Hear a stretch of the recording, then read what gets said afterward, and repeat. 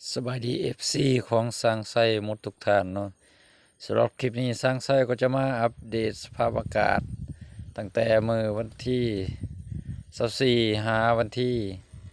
31เดือน3ปี2025เนาะพี่น้อง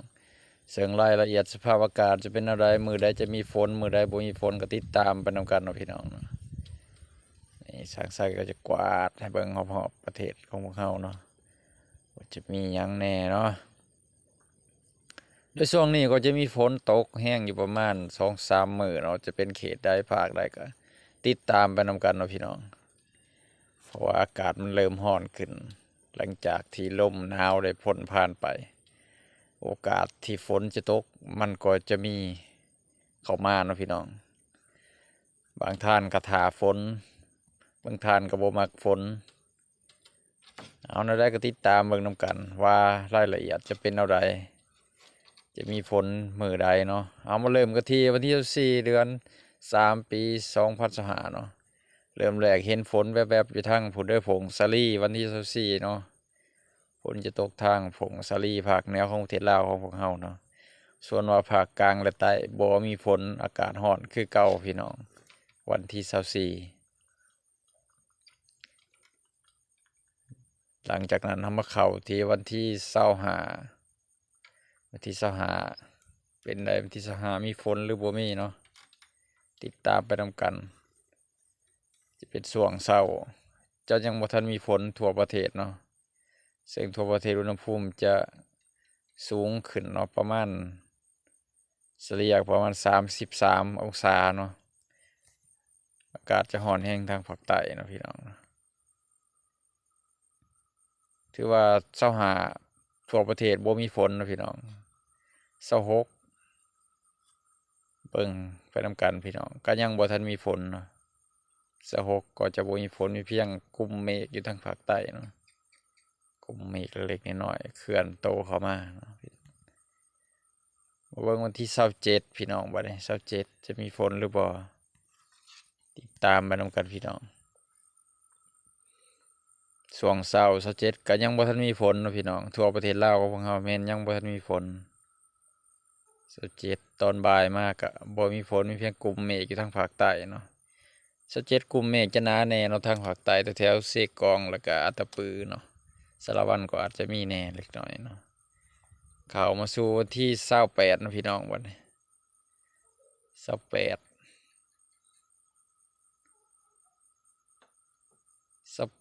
นี้ฝนจะมีหรือบ่ฝนเริ่มเข้ามาแล้วเนาะพี่น้องอยู่ทางภาคใต้แล้วก็แถวๆสวรรณเขตเนาะจะมีฝนตกในช่วงของตอนบ่ายเด้อพี่น้องเด้อตอนบ่ายหากลางคืนเป็นฝนที่แห้งเนาะถ้าตกเนาะพี่น้องเป็นฝนที่แห้งเพราะว่ามันเป็นมื้อแรกที่มีฝนในช่วงอากาศร้อนเนาะฝนมันก็สิแห้งแน่เนาะพี่น้องส่วนวันเสาร์เก่าก็มีฝนกระจายเนาะพี่น้องพายุเข้าทางเวียดนามฝนก็จะกระจาย ฮอดพุ่นแหละเกือบฮอดบริคำไส้เนาะพี่น้องเกือบฮอดบริคำไส้แต่ใต้ฮอดพุ่นแหละบริคำไส้เลยเอาว้าวเผื่อไว้ถือว่ามีฝนกระจายเนาะเป็นฝนที่บ่แห้งปานใดเนาะแล้วก็ทั้งนครหลวงแล้วก็เวียงจันทน์ก็มีเนาะสระบุรีอาจจะถึกแน่เนาะที่29 30เนาะ30ก็ยังมีฝนนะพี่น้องนี่เนาะมันจะเป็นพายุเคลื่อนโตไปทางเวียดนามเนาะแล้วก็ลงมาใส่ทางกัมพูชาเนาะจะบ่ได้เข้าลาวโดยตรงเนาะได้รับอิทธิพลฝนมันเขาสิว่ายังห่างมันเล็กๆน้อยๆเนาะ30นี่ก็บ่ค่อยมีฝนแล้วเนาะพี่น้องบ่ค่อยมีฝนแล้ว30เนาะอันเดะอยู่ทางลุ่มแถวกัมพูชานี่ฝนตกหนักเลยนี่เนาะซึ่งเป็นพายุที่มาจากทางประเทศเวียดนามพุ่นแหละเนาะพี่น้อง พายุฤดูร้อนเนาะพี่น้องบ่แม่นว่าพายุฤดูฝนเด้มันบ่ได้ก่อตัวอหยังดอกมันเคลื่อนเป็นนั่นน่ะมวลอากาศลงมาซื่อๆเนาะแล้วเฮาเบิ่งลมเนาะพี่น้องบัดนี้มาเบิ่งลมว่าจะเป็นแนวใดแต่เก่าถ้าพายุมาแต่เวียดนี่ลมมันก็จะแห้งทางสวรรณเขตและภาคกลางนี่แหละแถวๆนี้เนาะมาเบิ่งลมเบิ่งเนาะเผื่อไว้เนาะอุณหภูมินี่ยังสูงคือเก่าเนาะพี่น้องแต่ว่าลมอาจจะแห้งก็เป็นไปได้เนาะก็เบิ่งไปนำกันแต่ช่วงวันที่29เฮ็ดไปเนาะ เพราะว่าถ้ามีอันฝนลงมาแต่เวียดมันมักจะล่มอะนะส่วนใหญ่อะเนาะก็มาเบิ่งนำกันว่ามันสิล่มแห้งหรือคอยหรือแนวใดอุณหภูมิจะลดบ่ลดแนวใดเนาะเช้าเก่านี่ลมยังบ่ทันเข้ามาเนาะพี่น้องเช้าเก่านี่ยังบ่ทันมีลมปานใดเนาะเช้าเก่า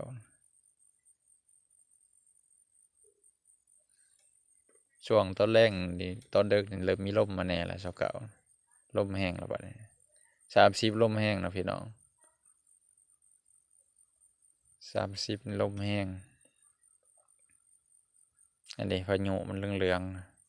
ๆลมลงมาเนาะพี่น้อง31ก็ยังมีลมอยู่เนาะ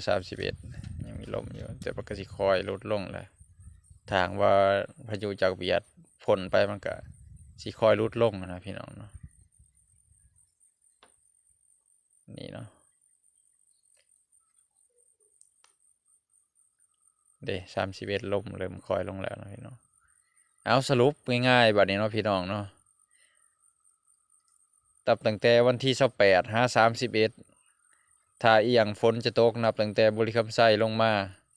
หาแขวงอัตตปือเนาะพี่น้องกลางหาไต่เกียมรับมือพายุฤดูร้อนพิเศษ28สวรรณเขตแล้วก็ภาคใต้4แขวงภาคใต้เกียมรับมือพายุฤดูร้อนเนาะพี่น้อง30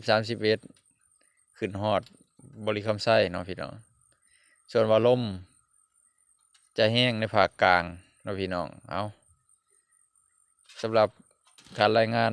ข่าวพยากรณ์อากาศของสางไส้ก็จะขอจบเพียงส่ำนี้สำหรับผู้ใดที่เขามาเบิ่งก็อย่าลืมกดไลค์กดแชร์ให้กำลังใจกันด้วยพี่น้องเด้อเอาขอขอบใจพี่น้อง